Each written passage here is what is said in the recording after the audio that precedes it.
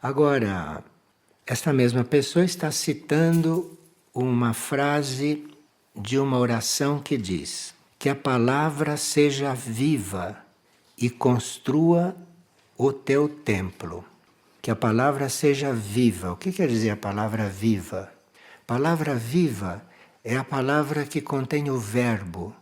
Nem todas as palavras contêm o verbo. As palavras são ocas, em geral, não tem alma. Mas a palavra que contém o verbo é aquela palavra que representa uma intenção muito clara, uma intenção interna, uma intenção espiritual, uma intenção evolutiva. Então, se você está falando com uma intenção evolutiva, então aquela palavra pode conter o verbo, que é a alma da palavra. Não são palavras ocas, são sons.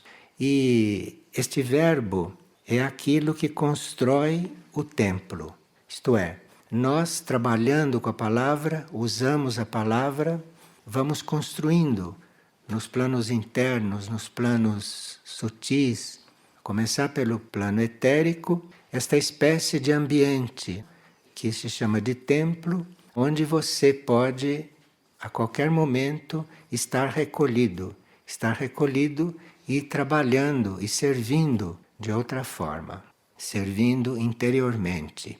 Isso nós vamos construindo o templo dentro de nós.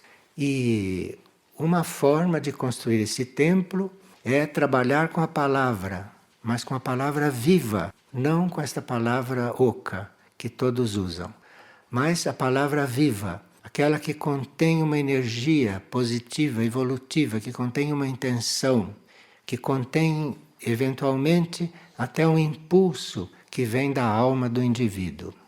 Claro, para nós aperfeiçoarmos todas essas formas de nos comunicar, nós precisamos estar mais em silêncio do que falando, porque é no silêncio que essas coisas se dão, é no silêncio que nós vamos constatando estas coisas. E há também uma forma de se estar em silêncio, mesmo que se tenha que falar, porque se a palavra é necessária, você não pode negar a palavra. Se ela é necessária para uma construção, se ela é necessária para um ato evolutivo, você deve pronunciá-la, você tem que usá-la.